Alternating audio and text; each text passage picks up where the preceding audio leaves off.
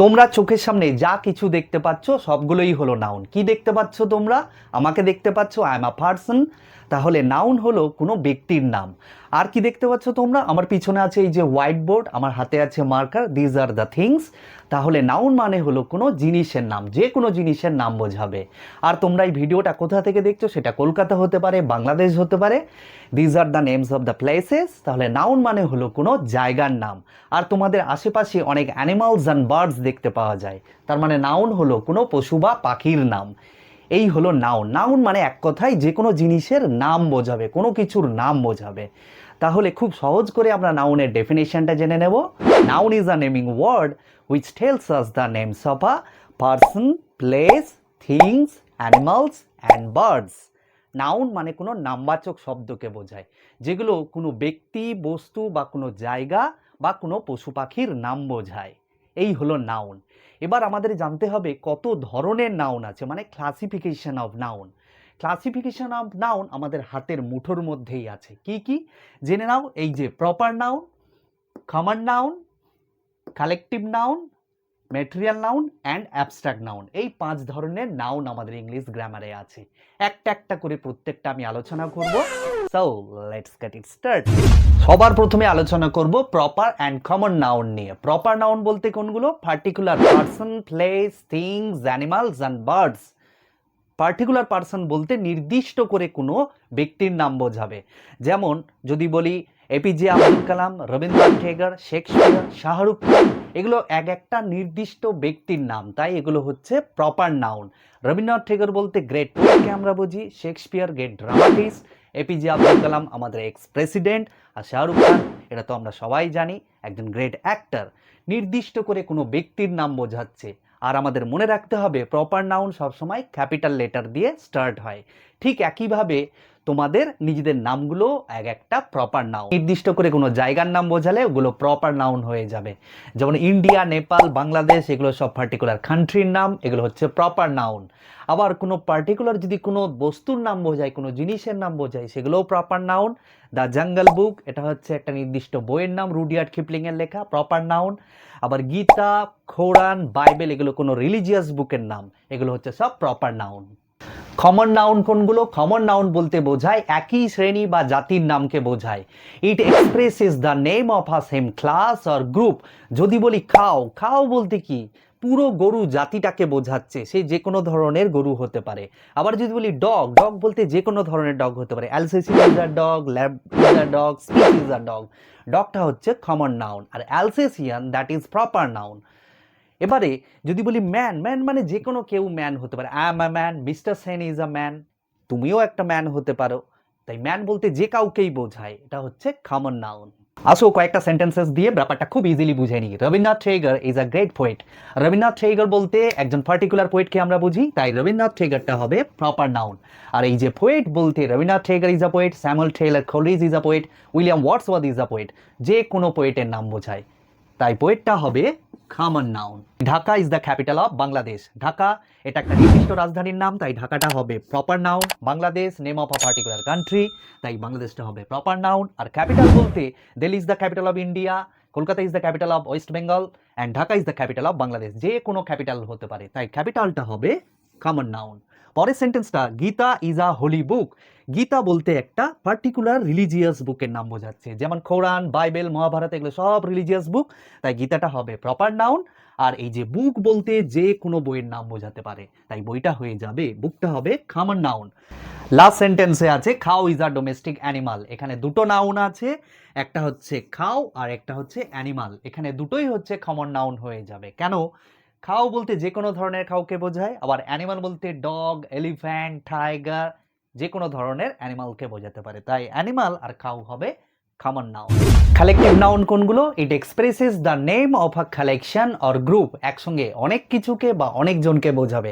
যেমন এক ঝাঁক মৌমাছি, এক ঝাঁক পাখি, এক থোকা আঙুর, এগুলোকে বোঝানোর জন্য কালেকটিভ নাউন ইউজ হয়। যেমন আ ড্যাশ অফ বিজ, এক ঝাঁক মৌমাছি, এটাকে বোঝানোর জন্য যে কালেকটিভ নাউনটা ইউজ হয় সেটা হলো সোয়াম।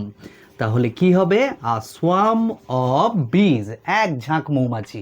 এরপরে আ ড্যাশ অফ বার্ডস, এক ঝাঁক পাখিকে বোঝানোর জন্য যে কালেকটিভ নাউনটা ইউজ হয় সেটা হলো flock. A flock of birds, বা আমরা বলতে পারি a flight of birds. A flock of birds কখন হবে? যখন এক ঝাঁক পাখি কোনো ল্যান্ডে বা মাটিতে বসে থাকবে।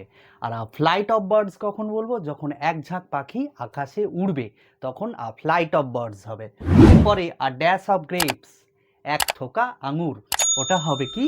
যে কালেকটিভ নাউনটা ইউজ হবে সেটা হলো বাঞ্চ অফ গ্রেপস। তারপরে আর ড্যাশ অফ ফিশ, অনেক মাছকে একসঙ্গে বোঝানোর জন্য ইউজ হয় আ শোল অফ ফিশ। কি হবে? আ শোল অফ ফিশ। এরপরে আর ড্যাশ অফ খাউস, অনেকগুলো গরু মাঠে ঘাস খেয়ে বেড়াচ্ছে, সেই অনেকগুলো গরুকে একসঙ্গে বোঝানোর জন্য যে কালেকটিভ নাউন ইউজ হয় সেটা হলো herd, a herd of cows. That dear students, তোমাদের এক্সামে অনেক সময় fill in the blanks with collective nouns আসে, আর সেখানে যাতে তোমাদের হেল্প হয় তার জন্য আমি একটা লিস্ট রেডি করেছি। এই লিস্টটা তোমরা পারলে স্ক্রিনশট নিয়ে নাও। নাও নাও নিয়ে নাও। স্ক্রিনশট না নিতে পারলে ডেসক্রিপশনে লিঙ্ক দেওয়া আছে, ওটাতে ক্লিক করে তোমরা ডাউনলোড করে নিতে পারো। মেটেরিয়াল নাউন কোনটা? It is the name of a substance by which another things can be made. এটা একটা পদার্থের নাম যা দিয়ে অন্যান্য আরও অনেক জিনিস বানানো যায়। যেমন সয়েল, মাটি, তা দিয়ে কি বানানো যায়? আইডলস, এই যে দুর্গাপুজো আসছে, মাটির মূর্তিগুলো, দুর্গা ঠাকুরের মূর্তিগুলো সব মাটি দিয়ে বানানো হচ্ছে। তারপরে ক্লে পটস, মাটির পাত্র, মাটির ভারে চা খেতে আমাদের খুবই ভালো লাগে, তাই ক্লে পটস সয়েল দিয়ে বানানো হচ্ছে, that's why soil is material noun. আবার উড, কাঠ, কাঠ দিয়ে কি বানানো যায়? ফার্নিচার বানানো হয় বিভিন্ন। তারপরে আয়রন, লোহা, লোহা দিয়ে তো কত কিছুই না বানানো যায়, ফার্নিচার, ভেহিকলস, বিভিন্ন যানবাহন বানানো হচ্ছে। ঠিক একইভাবে প্লাস্টিক্স, প্লাস্টিক্সের ফার্নিচার। আবার gold, silver, these are all material noun. Dear students, তোমাদেরকে একটা কথা জানিয়ে রাখি, এখন নিউ সিলেবাসে বই থেকে এই ম্যাটেরিয়াল নাউনটাকে তুলে দেওয়া হচ্ছে, তাই নাউনের ক্লাসিফিকেশন হিসাবে 4 ধরনের নাউনকে দেখানো হচ্ছে। ক্লাসে যদি শেখানো হয়ে থাকে তো খুবই ভালো, আর যদি না শেখানো হয় তাহলে এই ম্যাটেরিয়াল নাউনগুলোকে তোমরা সব কমন নাউন হিসাবে লিখবে। এতক্ষণ ধরে যে নাউনগুলো আলোচনা করলাম, মানে proper noun, common noun, collective noun and material noun, এই 4টে নাউনকে একসঙ্গে কংক্রিট নাউন বলে। কংক্রিট নাউন বলতে কি? Which can be touched or seen, যেগুলোকে খালি চোখে দেখা যায় বা টাচ করা যায়, চাইলে আমরা ছুঁতে পারবো, বা এগুলো যেখানে থাকবে সেখানে কিছুটা জায়গা নিয়ে থাকবে, সেগুলোই হচ্ছে কংক্রিট নাউন। অ্যাবস্ট্রাক্ট নাউনকে কিন্তু আমরা চাইলে খালি চোখে দেখতে পাবো না, চাইলে তোমরা তাকে ছুঁতে পারবে না, it's just a conception. Abstract noun is the name of action, name of state and name of quality. Name of action বলতে অ্যাডভাইসকে বোঝায়। অ্যাডভাইস মানে হচ্ছে উপদেশ, উপদেশ আমরা অন্যদেরকে দিই বা অন্যরা আমাদেরকে উপদেশ দেয়। উপদেশকে কিন্তু আমরা চাইলে খালি চোখে দেখতে পাবো না বা তাকে ছুঁতে পারবো না, তাই উপদেশটা হবে অ্যাবস্ট্রাক্ট নাউন। ঠিক একইভাবে মুভমেন্ট, স্পিড, এগুলো হচ্ছে সব abstract noun. Name of state বলতে চাইল্ডহুড, বয়হুড, ম্যানহুড, পভার্টি, এগুলো হচ্ছে সব অ্যাবস্ট্রাক্ট নাউন। চাইল্ডহুডে যে শিশুটা আছে, চাইল্ডহুড মানে শৈশব, শৈশবে যে শিশুটা আছে তাকে আমরা দেখতে পাবো, তাকে আমরা চাইলে ছুঁতে পারবো, কিন্তু সে যে এজটাতে বিলং করছে, চাইল্ডহুড, শৈশব, সেটাকে তো আমরা দেখতে পাবো না, তাকে তো চাইলে আমরা ছুঁতে পারবো না বা বলতে পারবো না ওই যে শৈশব হেঁটে হেঁটে যাচ্ছে। তাই চাইল্ডহুড, বয়হুড, ম্যানহুড, এগুলো হচ্ছে সব অ্যাবস্ট্রাক্ট নাউন। ঠিক একইভাবে এই যে পোভার্টি মানে দারিদ্রতা, this is also an abstract noun. দারিদ্রতাতে যে মানুষটা আছে, মানে যে মানুষটা গরিব, তার অবস্থাটাকে আমরা দারিদ্রতা বলি বা পোভার্টি বলি।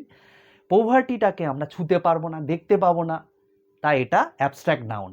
একই রকমভাবে নেম অফ কোয়ালিটি মানে আমরা খারেজ বা সাহসকে বোঝায়, আমার মধ্যে সাহস আছে, খারেজ আছে, আমাকে দেখতে পাওয়া যাবে, আমাকে চাইলে তোমরা ছুঁতে পারবে, কিন্তু আমার মধ্যে যে খারেজটা আছে তাকে কি খালি চোখে দেখা যায় আলাদাভাবে? হেঁটে হেঁটে বেড়ায়, নাকি তাকে আমরা ছুঁতে পারবো চাইলে? তাই খারেজটা হবে অ্যাবস্ট্রাক্ট নাউন। একই রকমভাবে স্ট্রেংথ, শক্তি, এটাও abstract noun. Thanks a lot for spending your valuable time with us. We'll meet you soon with another video. Stay healthy and cheerful. Until then.